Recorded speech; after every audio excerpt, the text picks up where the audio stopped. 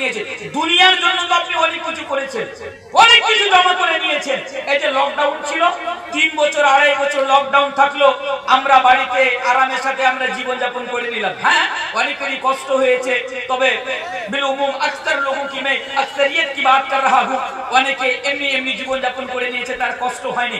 আমাদের সমাজে এমন লোক আছে যদি 10 বছর ধরে লকডাউন লেগে থাকে তাহলে তাও সে বাড়িতে থেকে জীবন যাপন করে নেবে, কারণ সে দুনিয়ার জন্য এত কিছু জমা করে নিয়েছে। তবে একবার ভেবে দেখুন যে আজকেই রাতে এই মুহূর্তে আমাদের কাছে যদি মৃত্যু চলে আসে, আমরা যদি মারা যাই, তাহলে কাল কিয়ামতের দিবসে আল্লাহর আদালতে যে আমাদেরকে দাঁড় করানো হবে, সেদিন যে আমাদেরকে প্রশ্ন করা হবে, সেদিন কি আমরা উত্তর দিতে পারবো? জি না, আমরা উত্তর দিতে পারবো না। আমরা এত হতভাগা মুসলমান যে আমাদেরকে এই দুনিয়াকে যে জন্য পাঠানো হয়েছিল, এই দুনিয়াতে আমাদের যে টার্গেট থাকা উচিত ছিল, আজকে আমাদের সেই টার্গেট নাই। কারণ আজকে আমরা আখিরাতকে স্মরণও করি না, আর আখিরাতের আমরা প্রস্তুতি নিই না। কারণ দুনিয়াকে আমরা সবকিছু মনে করে রেখেছি। এই দুনিয়া, যে দুনিয়াকে আপনি ভালোবেসে আপনার পরকালকে আপনি ধ্বংস করছেন, যে দুনিয়াকে আপনি আপনার গোল বা আপনি আপনার টার্গেটকে বানিয়ে ফেলেছেন, এই দুনিয়ার ভালোবাসা, এই দুনিয়ার প্রেম, এই দুনিয়ার মায়া কতটা মারাত্মক। আসলে আমি হাদিস আপনার সামনে রাখি, যে হাদিসটি আমি আপনার সামনে রাখবো, হাদিসটিকে ইমামে আবু দাউদ কিতাবুল ফিতান, হাদিসের রাবী হচ্ছেন হযরত সাহবান রাদিয়াল্লাহু তাআলা আনহু। অনেক লম্বা হাদিস। আল্লাহ রাসূল জনাবে মুহাম্মদুর রাসূলুল্লাহ সাল্লাল্লাহু আলাইহি ওয়াসাল্লাম 1400 বছর পূর্বে বলেছেন। হাদিসটি দিকে লক্ষ্য রাখেন, কি ইউশিকুল উমামু আন তাদা আলাইকুম কামা তাদা আল আকালাতু ইলা কাসাতিহা ফাকালা খাইল ওয়া মিন কিল্লাতি নাহনু ইয়াওমাইদিন ক্বাল বাল আনতুম ইয়াওমাইদিন কাসীর ওয়ালাকিন্নাকুম গুসাউন কাগুসাই সাইল ওয়ালা ইয়ানজি'anna আল্লাহু মিন সুদুরি আদুবিকুম মাহাবাতান মিনকুম ওয়ালা ইয়াযিফান্না আল্লাহু ফি কুলুবিকুম ওয়াহনা ফাকালা খাইল ইয়া রাসূলুল্লাহ ওয়া মাল ওয়াহন ক্বাল হুব্বুদ দুনিয়া ওয়া কারাহিয়াতুল মাউত। যেভাবে গ্রন্থের ভিতরে হাদিসটিকে নিয়ে আসা হয়েছে, আমি আপনার সামনে পুরো হুবহু আমি আপনার সামনে রেখে দিলাম। হাদিসটা থেকে আল্লাহর রাসূল জনাবে মুহাম্মদুর রাসূলুল্লাহ সাল্লাল্লাহু আলাইহি ওয়াসাল্লাম আমাদেরকে কি মেসেজ দিয়েছেন, জাস্ট আমি আপনাকে মেসেজটা দিয়ে দিতে চাই, কারণ আরো এর পরের পয়েন্টগুলো আমি আপনার সামনে তাড়াতাড়ি নিয়ে আসবো ইনশাআল্লাহ। কি আল্লাহ রাসূল 1400 বছর পূর্বে বলেছেন, একটা এমন সময় তোমাদের কাছে আসবে যে তোমরা দেখবে দুশমনেরা তোমাদের উপরে আক্রমণ করবে, দুশমনেরা তোমাদের উপরে অত্যাচার করবে, দুশমনেরা তোমাদেরকে মারবে। আমি যদি একটু আগে বাড়িয়ে বলি তাহলে হয়তো আল্লাহ রাসূল এটাই ইশারা করেছিলেন, একটা এমন সময় আসবে, একটা এমন যুগ আসবে যে দুশমনেরা তোমাদের দাড়ি ধরে তোমাদেরকে মারবে, দুশমনেরা তোমাদের নাম শুনে তোমাকে মারবে, দুশমনেরা তোমাদের জিনা হারাম করে দিবে। এক কথায় তোমার উপরে অন্যায় অত্যাচার করবে। কেমন ভাবে অন্যায় অত্যাচার করবে? হাদিসের শব্দ হচ্ছে, আল্লাহ রাসূল বলছেন, जिस तरह भूखे लोग दस्तरखानों के ऊपर टूट पड़ते हैं। এক কথায় আল্লাহ রাসূল 1400 বছর পূর্বে বলেছেন, একটা এমন সময় আসবে যে সময় দুশমনেরা তোমাদের উপরে দুনিয়াতে অন্যায় অত্যাচার করবে, অর্থাৎ তোমাদের উপরে জুলম করবে। আজকে আমাদের উপরে জুলম হচ্ছে কি হয় না? সারা বিশ্বের মাটিতে সবচেয়ে বেশি আজকে কোন রিলিজিয়নের মানুষের উপরে যদি অন্যায় অত্যাচার হয়ে থাকে তাহলে সে হচ্ছে মুসলমান। তাছাড়া আপনি দুনিয়ার কথা ছাড়েন, আমাদের ভারতবর্ষের কথা নিয়ে নেন। আল্লাহ রাসূলকে জিজ্ঞাসা করা হলো, আল্লাহ রাসূল, যেদিন আমাদেরকে মারা হবে, আমাদের উপরে অন্যায় অত্যাচার করা হবে, সেদিন কি আমাদের সংখ্যা কম থাকবে? মুসলমানদের সংখ্যা কম থাকবে? আল্লাহ রাসূল বলেছিলেন, না, বাল আনতুম ইয়াওমাইদিন কাসীর, তোমাদের সংখ্যা কম থাকবে না। এবার বলুন, আমরা যে এত লাট খাচ্ছি, আমরা যে এত জুতো খাচ্ছি, আমাদের মান সম্মান ইজ্জত বলে আজকে দুনিয়াতে কোনো জিনিস নাই, আমাদের সংখ্যা কি কম? মুসলিমদের সংখ্যা কম, গুরুত্ব দিতে হবে, সংখ্যা কম? জি না, পুরো দুনিয়াতে সেকেন্ড হাইস্ট, মনে রাখবেন, সেকেন্ড হাইস্ট মুসলমানদের সংখ্যা, সবচেয়ে বেশি সেকেন্ড হাইস্ট মুসলমানদের সংখ্যা। তারপরেও আজকে আমরা জুতো খাচ্ছি। কেন জুতো খাচ্ছি? আল্লাহ রাসূল বলেছিলেন, তোমাদের অন্তরে একটি অসুখ তৈরি হয়ে যাবে। অসুখ, অসুখটি কি? ওহান, ওহান অসুখ। আল্লাহ রাসূলকে প্রশ্ন করা হলো, ইয়া রাসূলুল্লাহ মাল ওহান, আল্লাহ রাসূল আপনি বলুন, ওয়ামাল ওহান, ওহান কাকে বলা হয়? এই অসুখটি কি যার কারণে দুনিয়াতে আমাদেরকে এত অন্যায় অত্যাচার হবে? আল্লাহ রাসূল 1400 বছর আগে বলেছিলেন, সেই অসুখটি হলো হুব্বুদ দুনিয়া ওয়া কারাহিয়াতুল মাউত। প্রথম নাম্বার হচ্ছে দুনিয়ার ভালোবাসা। এই দুনিয়ার ভালোবাসা, যে দুনিয়াকে আমরা টার্গেট করে, যে দুনিয়ার ভালোবাসায় করে আজকে আমরা আমাদের সবকিছু আজকে আমরা ভুলে গিয়েছি, আমরা আমাদের পরকালকে ভুলে গিয়েছি। রাত্রে ঘুমাতে গেলে দুনিয়া নিয়ে ভাবনা চিন্তা, সকালে উঠতে গেলে দুনিয়া নিয়ে ভাবনা চিন্তা, 24 ঘন্টা আজকে আমরা মেহনত করি, আজকে আমরা কোশিশ করি এই দুনিয়া নিয়ে ভাবনা চিন্তা। এই দুনিয়ার অস্তিত্ব কি? আল্লাহ তাবারক ওয়া তাআলা পবিত্র কোরআনের মধ্যে বলছেন এই দুনিয়ার অস্তিত্ব হচ্ছে কি? ওমাল হায়াতুদ দুনিয়া ইল্লা মাতাউল গুরুর। দুনিয়ার অস্তিত্ব হচ্ছে, দুনিয়ার জীবনই হচ্ছে ধোঁকা। আজকে আমরা কত মাথা মোটা। 1 মিনিটের জন্য আপনি ভেবে দেখেছেন, 1 মিনিটের জন্য আমরা কত মাথা মোটা, কত মোটা হুঁশ। কিয়ামতের পর আল্লাহ তাবারক ওয়া তাআলা বলেন ওয়ামাল হায়াতুদ দুনিয়া ইল্লা মাতাউল গুরুর। দুনিয়ার জীবন হচ্ছে ধোঁকা। তারপরেও আমরা এই দুনিয়ার প্রেমে পড়ে, দুনিয়ার ভালোবাসায় পড়ে আজকে আমরা নিজেকে, নিজের আখিরাতকে আজকে আমরা ধ্বংস করে চলে যাচ্ছি। ধোঁকা। ফর এক্সাম্পল, ছোট্ট একটা উদাহরণ দিয়ে আমি আপনাদের সামনে দুনিয়া কিভাবে ধোঁকা। আপনাদের এই খাসমহল এই গ্রামের নাম হচ্ছে কি? খাসমহল। কবরিস্তান আছে, কবরিস্তান মানে এত মানুষ মরে, মানে এত মানুষ মরে।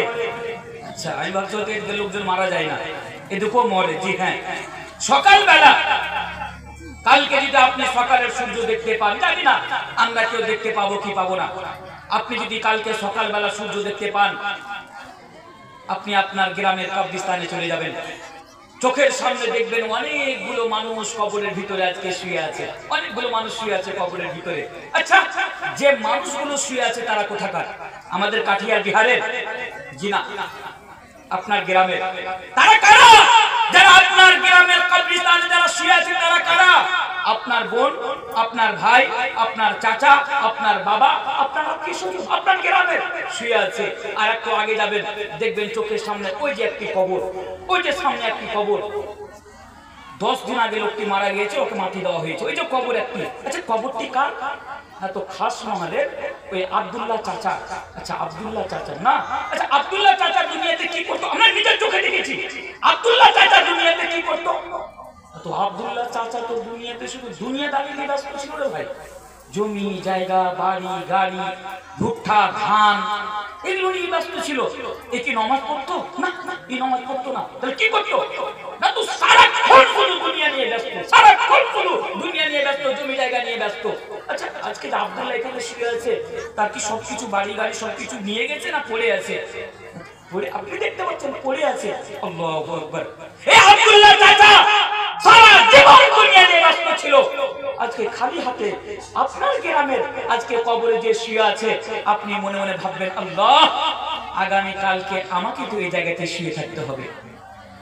আজকে আব্দুল্লাহ যে জায়গাতে শুয়ে আছে, আগামী কালকে আমাকেও এই জায়গাতে শুয়ে থাকতে হবে। তার মানে এই যে দুনিয়াদারি নিয়ে আমরা এত ব্যস্ত, সবকিছু শেষ, সবকিছু বরবাদ, খালি হাতে এসেছি, খালি হাতে আমাকে চলে যেতে হবে। জি হ্যাঁ, এটাই হচ্ছে দুনিয়ার বাস্তবতা। তাই আল্লাহ তাবারক ওয়া তাআলা বলেছেন ওয়ামাল হায়াতুদ দুনিয়া ইল্লা মাতাউল গুরুর। আচ্ছা, দুনিয়াকে সামনে রেখে আরেকটা আয়াত আমি আপনার সামনে বলে দিই। আজকে আমাদের গ্রামে, আমাদের সমাজে কেউ যদি ডক্টর হয়ে যায় তাহলে বিশাল বড় ব্যাপার। কেউ যদি সরকারি চাকরি পেয়ে নেয় বিশাল বড় ব্যাপার। কাউরি যদি বাড়ি খুব সুন্দর হয় বিশাল বড় ব্যাপার। ও মনে করে আমি সফলতা পেয়ে গেলাম। মানে দুনিয়ার সফলতাকে আমরা সবকিছু মনে করি, দুনিয়ার সফলতাকে, কিন্তু আসলে সফলতা কি? সফলতা কি? আল্লাহ তাবারক ওয়া তাআলা এক জায়গাতে বলছেন এই দুনিয়াকে সামনে রেখে, ফামান যুহজিহা আনিন নারি ওয়া উদখিলাল জান্নাতা ফাকাদ ফাজ। সফলতা তোমরা যেটা মনে করছো সেটা আসলে সফলতা নয়। সফলতা কি? না তো দুনিয়াতে এমন ভাবে জীবন যাপন করবে যে আল্লাহ তোমাকে জাহান্নামের আগুন থেকে বাঁচিয়ে জান্নাতে প্রবেশ করিয়ে দিবে, এটাই হচ্ছে সফলতা। কিন্তু আজকে আমাদের কাছে, আচ্ছা, সফল মানুষকে আমি আপনাকে একটা উদাহরণ দিয়ে বুঝাই, তাহলে আপনি আমার কথা ভালো করে বুঝতে পারবেন। আপনার বাড়িতে বেটি আছে, আপনার বাড়িতে মেয়ে আছে। এবার মেয়ে যখন আছে, মেয়ের তো বিয়ে দিতে হবে। এবার দুইজন ছেলের বিয়ের পেগাম আয়াতটিকে সামনে রেখে বলছি বুঝতে পারার জন্য। দুজন ছেলের বিয়ের পেগাম আপনার বাড়িতে চলে আসে। বলছে চাচা, তোমার বাড়িতে তো সুন্দর মেয়ে আছে, বিয়ে দিবা? বলছে হ্যাঁ বিয়ে দেবো। বলছে ছেলে কি করে? বলছে দুটো ছেলের বিয়ের পেগাম নিয়ে এসেছি। বলছে ঠিক আছে বলো ছেলে কি করে? বলছে চাচা, একটা ছেলে আছে, একটা ছেলে আছে, মানে খুব টাকা, বাপের একটা বেটা, বাপের 25 বিঘা তো খালি ভুট্টায় লাগা আছে, মানে জমি জায়গার আইল কেয়ার নাই। বলছে আর কি করে? না তো ছেলেটা কিন্তু প্রাইমারিতে চাকরি করে। বাহ, বিশাল ব্যাপার। বলছে আর কিছু?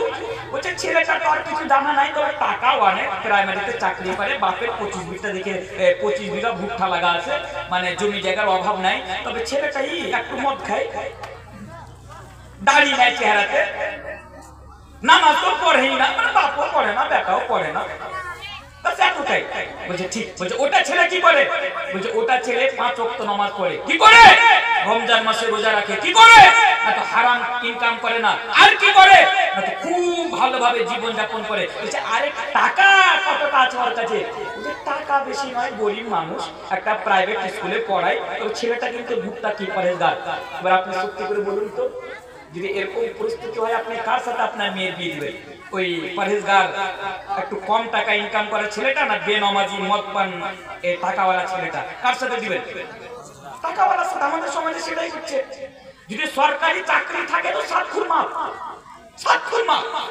মানে আমার বলার উদ্দেশ্য হলো আমরা টাকাকে প্রাধান্য দিই। কেন টাকাকে প্রাধান্য দিই? কারণ এই হচ্ছে সফল, এই হচ্ছে সাকসেস। কিন্তু আসলে এটা নয়। সফলকে আল্লাহ তাবারক ওয়া তাআলা বলছেন ফামান যুহজিহা আনিন নারি ওয়া উদখিলাল জান্নাতা ফাকাদ ফাজ। সফল ব্যক্তি হচ্ছে, সাকসেসফুল ব্যক্তি হচ্ছে সেই ব্যক্তি যে ব্যক্তি দুনিয়াতে এমন ভাবে জীবন যাপন করলো যে আল্লাহ তাবারক ওয়া তাআলা তাকে কাল কিয়ামতের দিবসে জাহান্নামের আগুন থেকে বাঁচিয়ে জান্নাতে প্রবেশ করিয়ে দিল। সে হচ্ছে আসলে সফল ব্যক্তি। আল্লাহু আকবার। তারপরেও আজকে আমরা দুনিয়াদারিকে নিয়ে ব্যস্ত। আচ্ছা, আরেকটি হাদিস এই পয়েন্টের উপরে, তারপরে ইনশাআল্লাহ সেকেন্ড পয়েন্ট আমি আপনাদের সামনে নিয়ে আসবো। আরেকটি পয়েন্ট দুনিয়াকে সামনে রেখে, এই হাদিসটি আমি মনে করি আমরা যদি ভালো করে মেনে নিতে পারি, এই হাদিসটি এতটা ইম্পর্টেন্ট, এই হাদিসটি এত গুরুত্বপূর্ণ, ছেলে হোক মেয়ে হোক উভয়কে সামনে রেখে আমি এই কথা বলে যাচ্ছি। এই হাদিসটি যদি আমরা মেনে নিতে পারি, আলহামদুলিল্লাহ, ইনশাআল্লাহ আমরা দুনিয়াতেও সফল, আমরা পরকালেও সফল হয়ে যাব।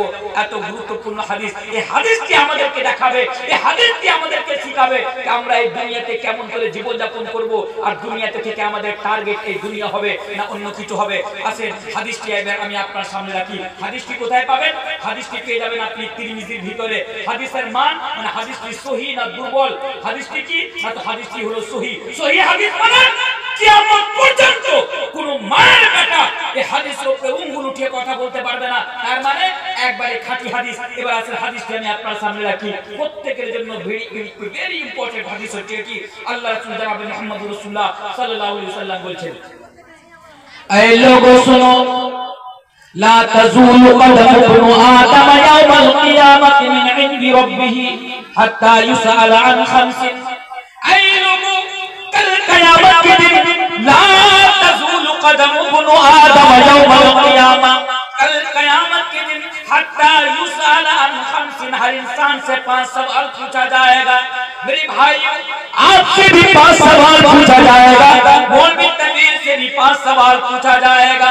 और नबी करीम जनाब मुहम्मदुर रसूलुल्लाह सल्लल्लाहु अलैहि वसल्लम बयान फरमाते हैं, ला तज़ूलु क़दम इब्न आदम यौमल क़ियामा, जब तक आप 5 सवालों का जवाब नहीं दे देंगे तब तक आप अपनी जगह को छोड़कर हिल नहीं पाएंगे, आप अपनी जगह से कदम हटा नहीं पाएंगे, आप टस से मस नहीं हो पाएंगे। इस हदीस का मतलब ये हुआ कि कल क़यामत के दिन जब हम से 5 सवाल पूछा जाएगा तो हर हाल में उन 5 सवालों का जवाब आपको देना पड़ेगा। প্রত্যেক মানুষকে কাল কিয়ামতের দিবসে 5টি প্রশ্ন করা হবে, প্রত্যেককে 5টি প্রশ্ন। আর আল্লাহ রাসূল বলেছেন, লা তাযুলু কদমু আদম ইয়াউমাল কিয়ামা, যতক্ষণ পর্যন্ত আপনি এই 5টি প্রশ্নের উত্তর না দিবেন নিজের জায়গা থেকে সরতে পারবেন না। যেমন বুঝানোর জন্য আমি আপনাকে বলি, আপনি আমাকে একটা প্রশ্ন করেন, যে কোনো প্রশ্ন হতে পারে, করুন আপনি যে কোনো প্রশ্ন। আপনি আমাকে প্রশ্ন করলেন, আমার যদি ইচ্ছে হয় আমি আপনাকে আপনার প্রশ্নের উত্তর দেব, আমার যদি ইচ্ছে না হয় আমি আপনাকে আপনার প্রশ্নের উত্তর দেব না। আপনি আমাকে বাধ্য করতে পারবেন? একজন কেউ আপনি কি আমার কাছে এসে এই কথা বলতে পারবেন, দানবীর সাহেব আপনাকে প্রশ্ন করলাম, এই প্রশ্নের উত্তর আপনাকে দিতেই হবে, আপনাকে দিতেই হবে? জি না, আপনি আমাকে বাধ্য করতে পারবেন না, আপনি আমাকে ফোর্স করতে পারবেন না। আপনি আমাকে বাধ্য করবেন আমি মাইক ছেড়ে দিয়ে এখান দিয়ে নেমে চলে যাব, কারণ এটা হচ্ছে দুনিয়া। আমি এমনটা করব না, যে উদাহরণ দিচ্ছি, এটা দুনিয়া। আমার ইচ্ছে হলে আমি আপনাকে আপনার প্রশ্ন উত্তর দেব, আমার ইচ্ছে না হলে আমি আপনাকে আপনার প্রশ্ন উত্তর দেব না। কিন্তু আল্লাহ রাসূল এটাই বুঝাতে চাইছেন যে কাল কিয়ামতের দিবসে আল্লাহ তাবারক ওয়া তাআলার পক্ষ হতে যখন আপনাকে সর্বপ্রথম 5টি প্রশ্ন করা হবে এই দুনিয়া সম্পর্কে, আপনি কি আল্লাহকে এই কথা বলতে পারবেন, আল্লাহ তোর না এই প্রশ্নটা আমার ভালো লাগলো না, না না না না না, তোর এই প্রশ্ন আমাকে ভালো লাগলো না, তুই আমাকে অন্য প্রশ্ন কর, অন্য প্রশ্নের উত্তর দেব। কেউ আল্লাহর সামনে বলতে পারবে? পারবে? জি না। আপনি স্বীকার করছেন, তার মানে আপনাকে প্রশ্ন উত্তর দিতেই হবে। আচ্ছা শর্ট করে বলি, 5টি প্রশ্ন বলতে প্রথম প্রশ্ন কি হবে, ভালো করে শুনবেন আর নিজের জীবনের সাথে মিলাবেন। শুধু শুনবেন না, শুধু কানকে ভালো দিবেন না, আমার হাদিসগুলো আপনি আপনার জীবনের সাথে আপনি মিলিয়ে দেখবেন যে হাদিসগুলোর প্রতি আপনার আমল হচ্ছে কেমন হচ্ছে না। প্রথম প্রশ্ন আপনাকে করা হবে, आपसे पहला सवाल जो किया जाएगा, आपकी पूरी जिंदगी के बारे में किया जाएगा। আপনাকে যে প্রথম প্রশ্ন করা হবে সারা জীবনের ব্যাপারে আপনাকে প্রশ্ন করা হবে, আল্লাহু আকবার। এর মানে আপনি দুনিয়াতে 30 বছর 40 বছর 50 বছর যতদিন পর্যন্ত আপনি বেঁচে থাকলেন, এই সারাটা জীবন আপনি কি করলেন, কোন জায়গাতে আপনি অতিবাহিত করলেন, এক এক মিনিট সম্পর্কে আপনাকে কাল কিয়ামতের দিবসে আপনাকে প্রশ্ন করা হবে। এবার আমি আপনাকে বলি, দাদু আপনার তো দুনিয়াতে দাড়ি পেকে গেল, চুল পেকে গেল, আপনি 60 বছরের হয়ে গেলেন, সত্যি করে বলুন তো কাল কিয়ামতের দিবসে যখন আপনাকে সর্বপ্রথম এই প্রশ্ন করা হবে আপনার জীবন সম্পর্কে, আপনি আল্লাহর আদালতে যে কি উত্তর দিবেন, কি দিবেন উত্তর? আল্লাহু আকবার। ভেবে দেখেছি? আজকে যুবকদের কথা বাদই দিলাম, এখানে যারা বয়স্ক লোক, আপনাদের এলাকাতে চায়ের দোকান নেই? দেখবেন অনেক বয়স্ক লোক আছে চায়ের দোকানে বুড়া হয়ে গেছে, 80 বছর বয়স, 70 60 বছর বয়স, সকালবেলা 8টার দিকে চায়ের দোকানে বসেছে, এদিকে